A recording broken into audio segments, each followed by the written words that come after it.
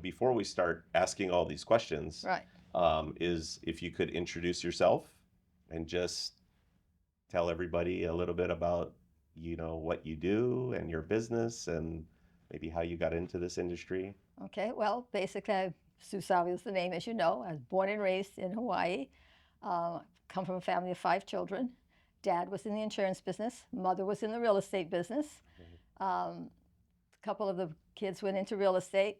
2 of us went into insurance and took over Dad's business.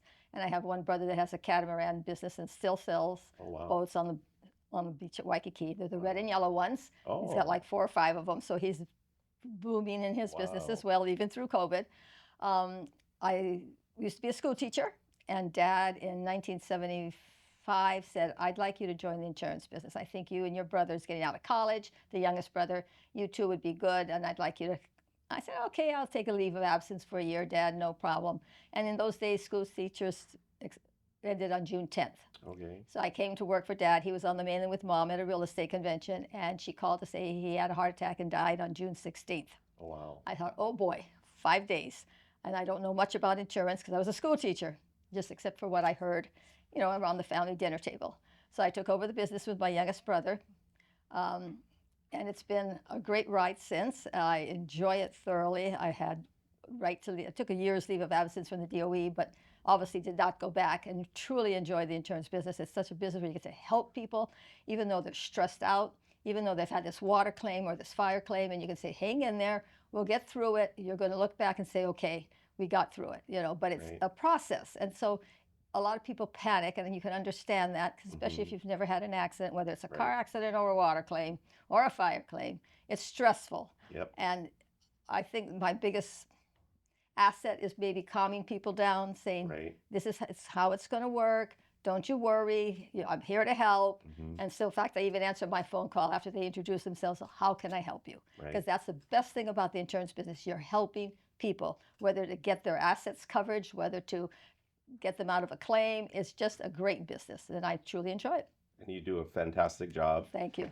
I know for a fact, just through personal experience doing this for almost 23 years, when I got into the water damage industry, um, anytime I called you, it could have even been on a Sunday morning at 5 o'clock in the morning. I call you thinking I'm going to leave you a voicemail, but you pick up the phone and I'm shocked, right? Right. But I think that's how you've been so successful.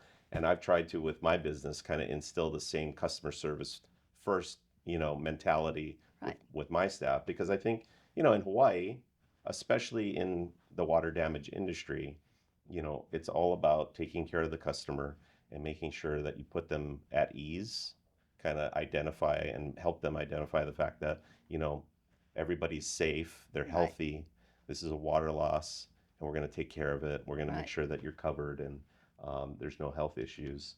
But segueing into that, the main reason for this interview is to kind of go over a lot of the frequently asked questions that building managers, residents, tenants, property managers, insurance agents, and adjusters all have. And these are some questions that are the frequently asked ones that I think would help, coming from you being in this industry for such a long time. It would help our customers who have floods on a normal basis. Um, we're going to start off with Hawaii Statute 514B. Mm-hmm. And basically, the question is, what does the Hawaii Statute 514B state regarding the assignment of deductibles by AOUOs? Okay, basically 514B, it's 143 states. There are 3 things the board can do with a deductible. And it is the board's decision, not mine, not the owner's. It is a board's decision. They can pay it. Problem is, if the board decides to pay it, they have to make sure everybody is paying their fair share. And it's very hard to say we're going to have 5 claims, 10 claims a year. They don't know. We're going to have none. So they very seldom pay a claim, a deductible. The Right. second thing is that they can charge it to the source unit. So if my water appliance, water heater leaks down 3 floors, hey Sue, it's a covered claim, but there's a $10,000 deductible or a $25,000 deductible, we're charging it to you. So they can charge it to the source unit.